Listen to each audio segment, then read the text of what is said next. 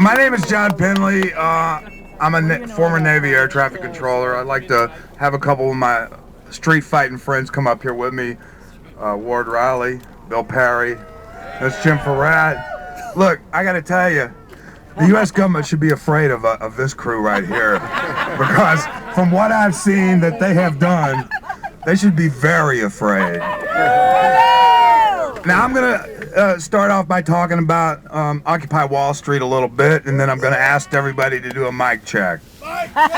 Mic check. All right, here.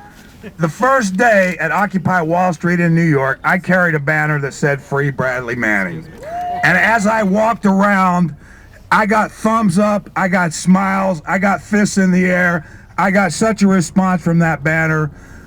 It was just amazing. Later that night, I took that banner over to Zuccotti Park and I slept on top of that banner, and Bradley Manning protected me from the cold of Zuccotti Park.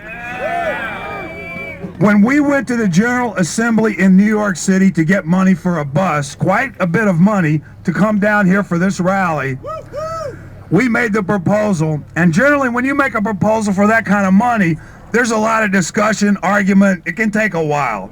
Within about 2 minutes, we had unanimous approval for the money to come down here. Now we're going to do a mic check. Mic check. Mic check. Mic check. Mic check. Occupy Wall Street. Occupy Wall Street. Supports Bradley Manning. Supports Bradley Manning. Bradley Manning is. Bradley Manning is. Part of the 99%. Part of the 99%. We will not stop. We will not stop until Bradley Manning. Until Bradley Manning is on the street. Is on the street. Camping with us. Camping with us. At an Occupy in this country. At an Occupy in this country. Now I'm just going to talk a little bit about my connection personally with Bradley Manning. In 1984, the U.S. government put me in federal prison for a year as a result of demonstrating against nuclear weapons at the Savannah River bomb plant. During that period of time, they put me in solitary confinement in Atlanta Federal Penitentiary for a month. Now, it was only a month, but at no period of time in my life have I suffered as much as during that month in solitary confinement. I still have nightmares about that. Now I have nightmares about the treatment of Bradley Manning mixed in with the nightmares I have about the time they put me in solitary confinement. I think Bradley Manning is a much stronger man than I am, because I see him standing up. He has not flipped, as the government I'm sure wants him to do, and testified against Julian Assange to try to get out of this. He's standing up bravely like a man, and I have the utmost respect for him for doing that. We should give him...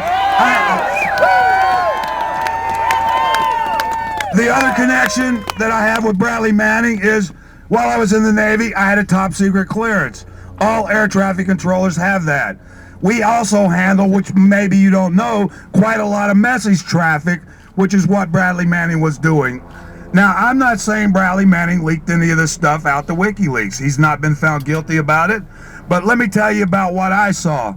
I was stationed in Greece during the military dictatorship there, the Papadopoulos dictatorship. It was a brutal dictatorship. They would take people off the streets and torture and kill them. They ended up going into the university in Athens with tanks and killing students. The U.S. government didn't have a problem with that. The U.S. government supported that. The U.S. government had military bases operating there during that period of time. Now, I saw a lot of message traffic coming through there about all that stuff, and I should have said something about it. Actually, it was my duty under international law to expose the war crimes that were going on with the support of the U.S. government in Greece at that time. Now, I didn't do it, but Bradley Manning allegedly did do it, and if he did it, more fucking power to him. That's all I got to say, but I'm not giving up.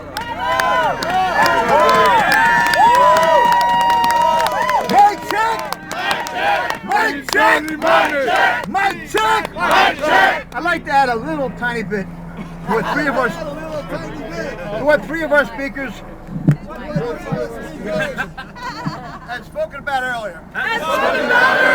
You have to keep in mind. Daniel Ellsberg. Accused of treason. From 1971 1971. Well into the 80s. Well into the 80s. A lot of people still don't believe it. A lot of people still don't believe it. Even after McNamara wrote a thick-ass book telling about his lies. If you look and consider what our Iraq brother from occupied D.C. What our Iraq brother from occupied D.C. Mike had said, we get to the point where we have to encourage everybody everywhere within the armed services. Everyone everywhere within the armed services. Reach deep within themselves. Reach deep within themselves. Find that moral certitude. Find that moral certitude. Do the right thing. Do the right thing.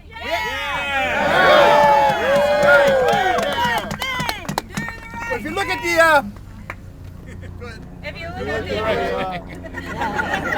typical military offensive.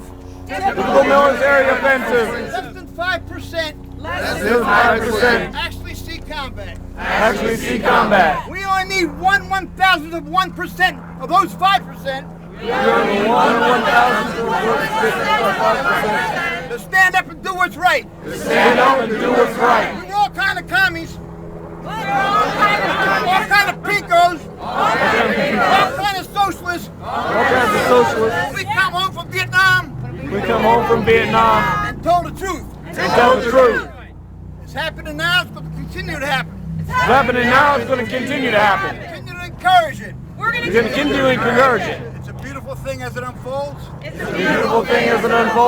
We have to keep in mind. The old civil rights dictum. Each one, teach one. Let it grow exponentially. Thank